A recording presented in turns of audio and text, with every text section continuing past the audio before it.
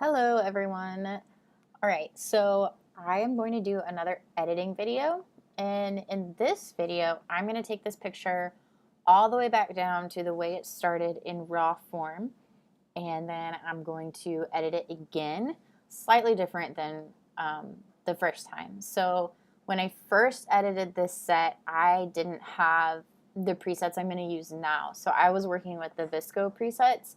For this one, you can see over here on the left, I had bought this film set from Visco, and that's what I was using for this particular session, which I really liked. I just kind of want to play with my new presets, so I'm going to do it again. But this one, as it is, if I come down on the right, I can see exactly which one I used. It was the Kodak Portra 400.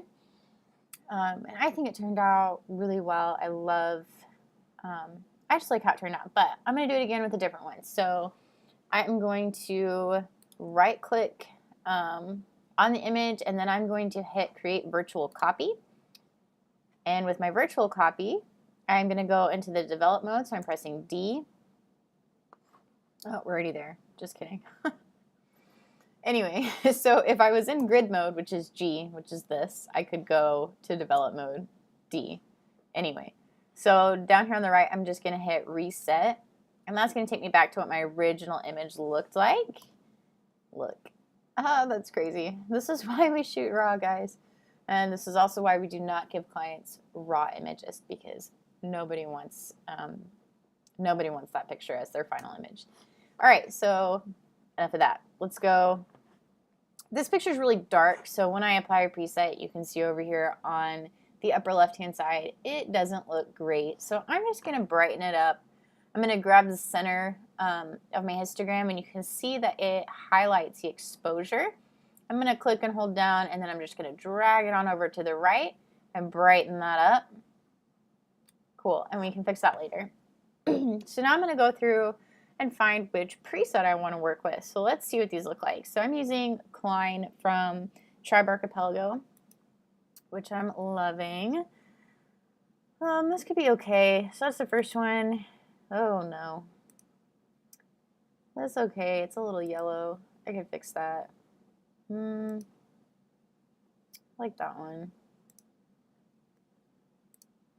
Three has a little bit more kind of rosy tint to the image. It's a little bit more magenta. Interesting.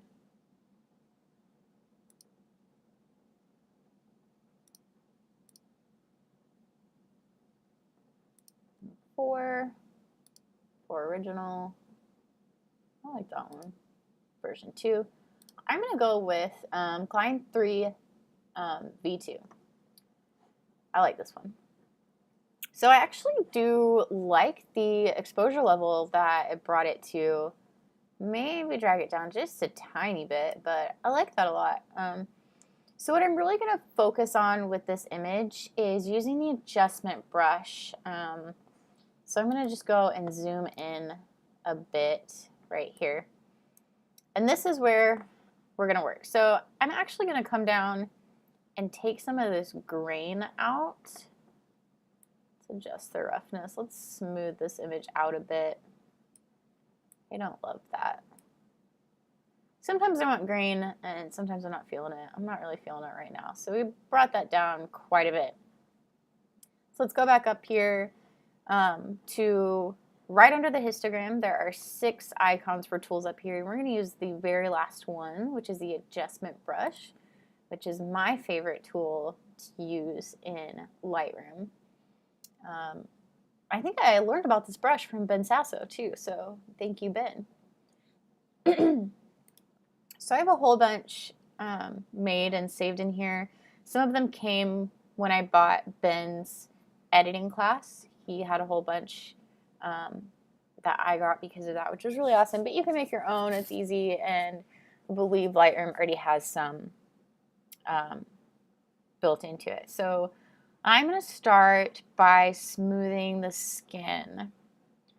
And I'm not going to choose the plus plus. I'm just going to choose the first one. And then it brings up this circle And the circle is the area that your change, that the brush is going to affect. So you can make it bigger or smaller. I'm doing this with my mouse. I think you can, no, just kidding, go back. Not that far. Okay. Yeah, you can adjust it on the right side where it says size right here. You can pull that up and down.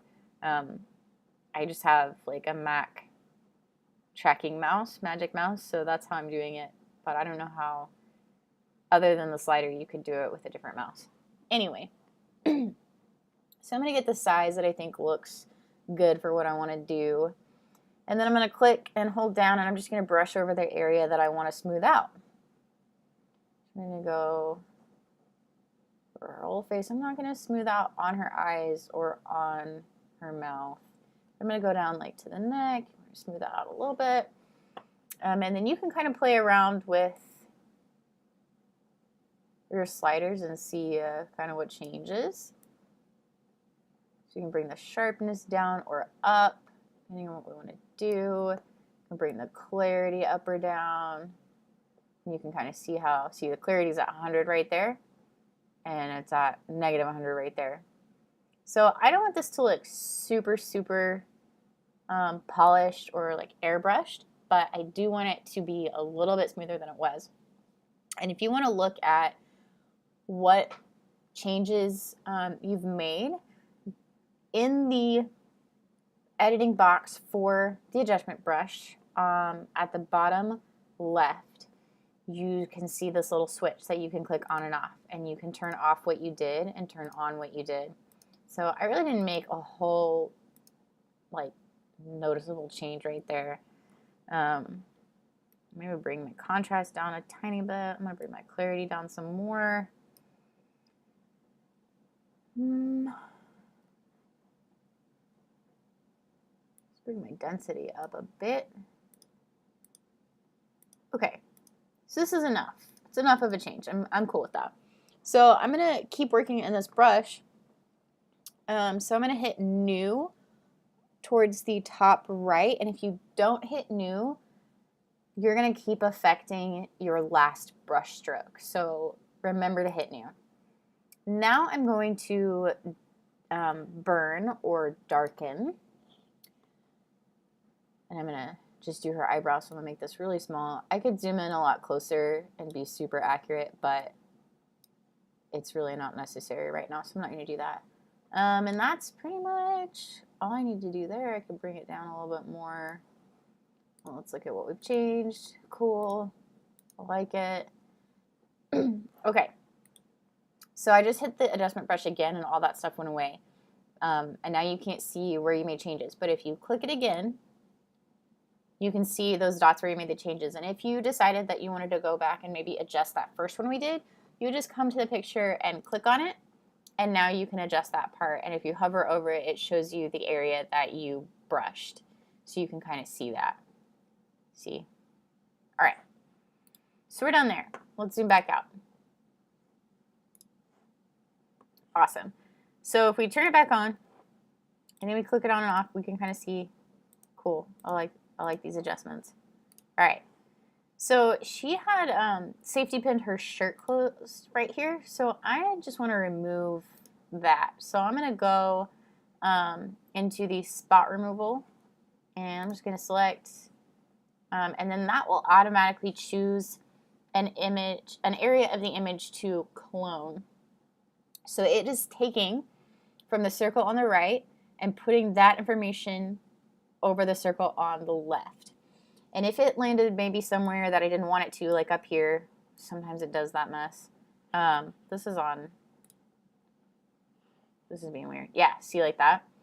I don't want to do that, so you can just grab it and move it somewhere else. And then you just hit enter, and there it is. You've made your change. So I'm going to do this one. Boom, done. Turn it on. Where'd it go? Yeah, on and off. And you can see, wonderful. Click that brush off. And now that's gone. What is that? Oh, that's her purse. Yeah, it's not really that noticeable, so I don't care. But yeah, you could go and make all kinds of changes. We could come back to our adjustment brush and we could brighten her eyes. Let's go with eyes. Brighten her eyes up a bit. I usually only do the whites of the eyes, but I went ahead and did it all. I'm going to pull up the saturation a little bit.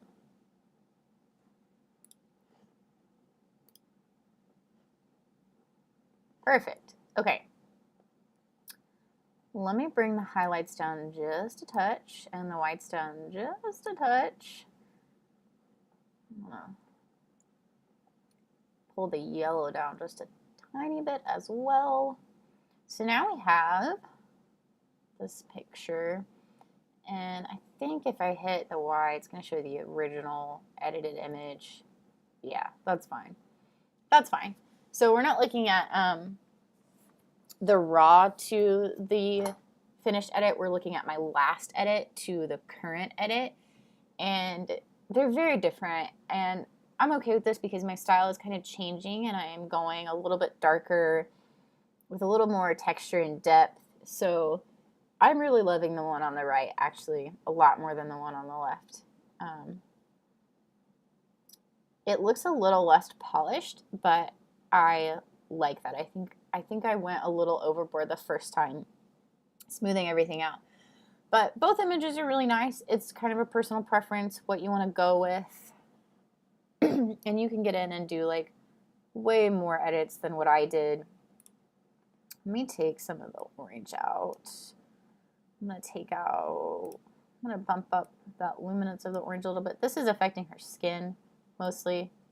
Bump up the luminance of the yellow a little bit. Bring down the red a little bit. The luminance, not the saturation. I like this. I can also turn this on and off to see what it looks like. That looks terrible. Oh my gosh. We're going to leave that on because it looks so much better. I really like this image now. I like it a lot more than I did even like a minute ago. So this is really just what editing is kind of all about, is just coming in and figuring out your style and what you like and what works for you and what your clients respond to. So there are a lot of photographers out there, and they're doing all different kinds of photography and all different kinds of styles, and that's okay. You find what works for you, and you just keep working at it, and you keep getting better at it, and you keep pushing yourself, and that's really what matters. And I know there's also a lot of talk going on about should you use presets or not, and does that make you kind of a crappy photographer, and are you kind of like copping out by not really doing the work, you're just putting someone else's work on top of your work. And you know, I really feel like since the preset does not make the image, you make the image, it's still your art and it's still your work. So I don't have a problem with them. Some people do, and that's okay. Like I said, do what works for you. So there you have it. There is me re-editing an old set, well, one piece of an old set into my new style, and I really like the way it looks, and I hope that you guys learned something. If you have any questions about anything specifically that I did, please feel free to ask. I did make a blog post about the adjustment brush. You can find it on my blog. Let me bring it up for you.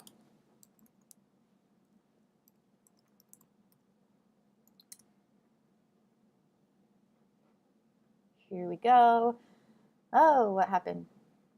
My internet is super weird. Sorry. It does what it wants. All right, so how to use the adjustment brush in Adobe Lightroom, which is my favorite tool. So I took you through kind of step-by-step of using the adjustment brush on one of the images from that same set, which is super exciting. So if you want to go to my blog, you can find that there. I only have 2 posts up right now, so it's super easy to find. And if you can't see it, it's CaitlinSwansonPhotography.com/blog-2. And the post is how to use the adjustment brush in Adobe Lightroom. Also, on the bottom of that blog post, There is a sign up form if you want to keep learning about Lightroom. I have a series called Lightroom Lessons. It's a 2-week series through email that you get, I think, 8 lessons. I don't know, 8 lessons, I think, over 2 weeks. So it'll come to your email every other day or every 2 days for 2 weeks and help you learn all about Lightroom. So if you are interested in that, please go there and sign up. I cover things like the HSL sliders, which stands for hue, saturation, and luminance, using the histogram, tone curve, and more awesome things. So please go sign up for that. It's super awesome. Leave me a comment. Let me know what else you want to learn about. And I will see you guys next time. Bye.